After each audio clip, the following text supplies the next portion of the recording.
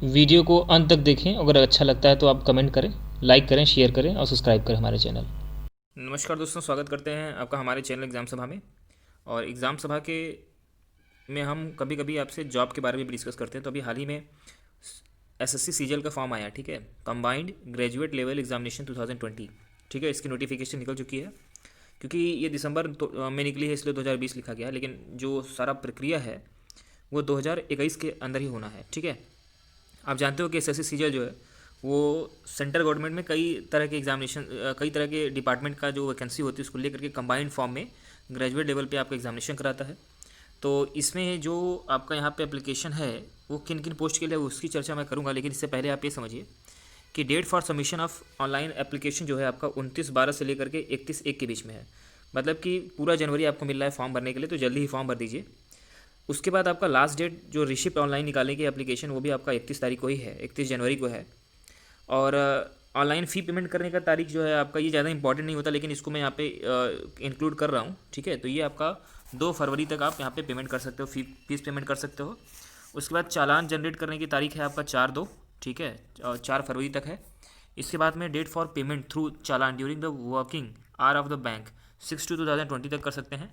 उसके बाद अगर Tier 1 एग्जामिनेशन, ध्यान से समझिएगा, यहाँ पे 4 चरणों में एग्जामिनेशन होना है, मतलब Tier 1, Tier 2, Tier 3 और Tier 4। तो अभी मैं उसका सिलेबस भी बताऊंगा आपको, और उसके जो मार्किंग है, कौन कौन से सब्जेक्ट से कितने नंबर के आपके क्वेश्चन आते हैं, कितना समय आपको दिया जाता है, उन सभी के बारे में डिस्कस करेंगे। लेकिन यहाँ पे समझिएगा कि Tier 1 का जो एग्जामिनेशन है वो आपका शेड्यूल किया गया है 29/5/2021 से बीच के से लेकर के 7/6/2021 के बीच में। अब यहाँ पे समझते हैं कि ये कौन कौन सी वैकेंसी है। आप जानते हो कि ग्रेड पे तो बहुत तगड़ा होता है, तो उसको मुझे बताने की जरूरत नहीं है आपको, ठीक है। अब यहाँ पे समझिएगा कि असिस्टेंट ऑडिट ऑफिसर जो कि इंडियन ऑडिट अकाउंट डिपार्टमेंट का होता है, उसमें मैक्सिमम एज 30 है, ठीक है। बैचलर डिग्री आपके मांगा हुआ है। असिस्टेंट अकाउंट ऑफिसर उसमें भी सेम है। असिस्टेंट सेक्टर ऑफिसर में आपकी वैकेंसी है, 20 से 30 साल एज है।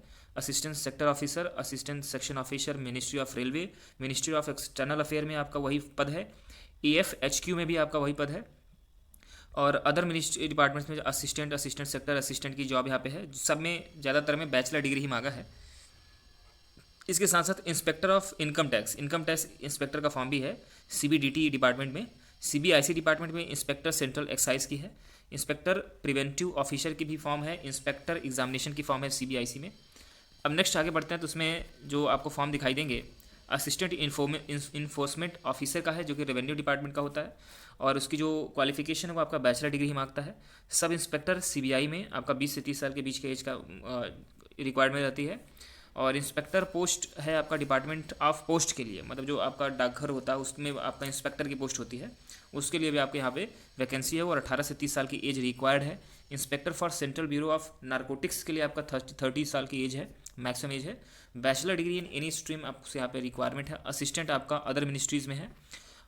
ऑफिसेस ऑफ CAG, आप जानते हो कैग का नाम सुना होगा आपने, तो कंट्रोलर ऑडिटर जनरल, तो इसमें भी उसके ऑफिस में भी डिविजनल अकाउंटेंट का यहाँ पे वैकेंसी है। सब इंस्पेक्टर की वैकेंसी है। जूनियर स्टैटिस्टिकल ऑफिसर की वैकेंसी है। GSO की यहाँ पे वैकेंसी निकली हुई है। नेक्स्ट आपका जिस डिपार्टमेंट में है उसको यहाँ पे मैं चर्चा कर देता हूँ, रजिस्ट्रार जनरल ऑफ इंडिया। इसमें स्टैटिस्टिकल ऑफिसर ग्रेड 2 की निकली हुई है। और ऑडिटर में ऑफिसर अंडर CAG का भी फॉर्म निकला हुआ है। ऑडिटर अदर मिनिस्ट्री डिपार्टमेंट में भी आपका यहाँ पे फॉर्म दिखाई दे रहा है। ऑडिटर ऑफिसर अंडर CGDA में यहाँ पे फॉर्म निकला हुआ है। एक बार मैं इसको जानबूझ कर पढ़ दे रहा हूँ ताकि आप अपने रिक्वायरमेंट हिसाब से फॉर्म को देख लें, अगर आपको ठीक लगता है तो भी भरें आप। अब CAG में आपका अकाउंटेंट का फॉर्म है। अदर मिनिस्ट्रीज़ में आपका अकाउंटेंट, जूनियर अकाउंटेंट का फॉर्म है। सेंट्रल गवर्नमेंट ऑफिस मिनिस्ट्री में आपका सीनियर सेक्रेटरी असिस्टेंट का फॉर्म है, UDC का फॉर्म है। CBDT में आपका टैक्स असिस्टेंट का फॉर्म है। CBEC में आपका टैक्स असिस्टेंट का फॉर्म है। 20 से 27 साल की एज है, यहाँ पे एज आपका लिखा हुआ है साथ में, लेकिन ज़्यादातर में आप देख रहे होंगे कि बैचलर डिग्री ही रिक्वायर्ड है। उसके साथ में कुछ फिजिकल मानक भी निर्धारित किए गए हैं, सारी मापदंड हैं। तो अगर आप चाहते हो तो उसके ऑफिशियल वेबसाइट पर जाइए, आपको सारे फिजिकल मापदंड मिल जाएंगे, जिसके अनुसार आप अपने फॉर्म के फिट के हिसाब से फॉर्म भर सकते हो। नारकोटिक्स ब्यूरो में आपका सब इंस्पेक्टर का फॉर्म है, जो कि 18 से 27 ईयर एज मांग रहा है। और जैसे लोअर डिविजनल क्लर्क होता है उसी तरीके से अपर डिविजनल क्लर्क है, लेकिन इसमें बड़ी बात क्या है कि इसमें केवल मेल कैंडिडेट ही अप्लाई कर सकते हैं। और deputy general border road organisation, BRO का नाम आपने सुना होगा, जो कि बड़े बड़े आपके रोहतांग जैसे जगहों पे जाकर के वो बनाता है जितने भी बॉर्डर हमारे हैं, तो उसके लिए भी आपका बैचलर डिग्री ही अप्लाई करने के लिए मांग रहा है। तो तो ये तो हो गया कि जो जो एप्लीकेशन के फॉर्म निकले हैं। अब यहाँ पे मैं आपको ये समझाता हूँ।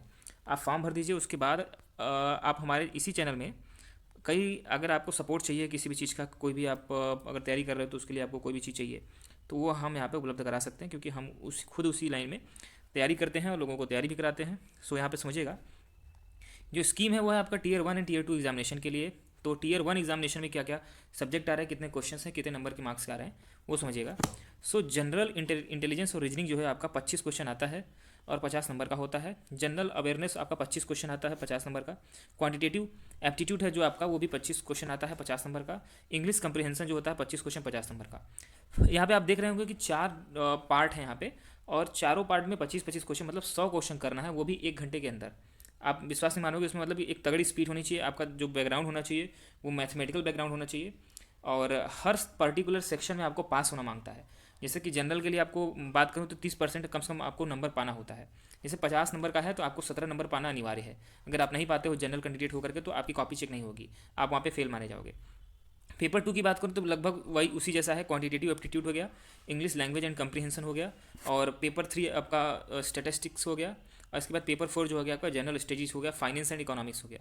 अब इसमें जो क्वेश्चन आते हैं 100, 200, 100, 200, 100, यहाँ पे मतलब कि 100 क्वेश्चन क्वांटिटेटिव एप्टीट्यूड के, 200 क्वेश्चन इंग्लिश के आते हैं, और स्टैटिस्टिक्स के आपके 100 क्वेश्चन आते हैं, जनरल स्टडीज़ के आपके 100 क्वेश्चन आते हैं। ये सारे के सारे आपको 2 घंटे के अंदर करने रहते हैं। तो मतलब एक तरह से आप ये मान सकते हो, आप ये समझिए कि यहाँ पे कुल मिला के क्या रहता है कि आपको कम समय में ज़्यादा क्वेश्चन यहाँ पे ट्राई करने हैं। यही आपका एसएससी सीजीएल की खासियत है। अब समझते हैं कि टीयर 3 के एग्जामिनेशन की बात करेंगे। तो ये आपका pen and paper mode type का क्वेश्चन मतलब एग्जामिनेशन होगा, और ये आपका डिस्क्रिप्टिव पेपर होता है, जो कि इंग्लिश या हिंदी में आप दे सकते हैं।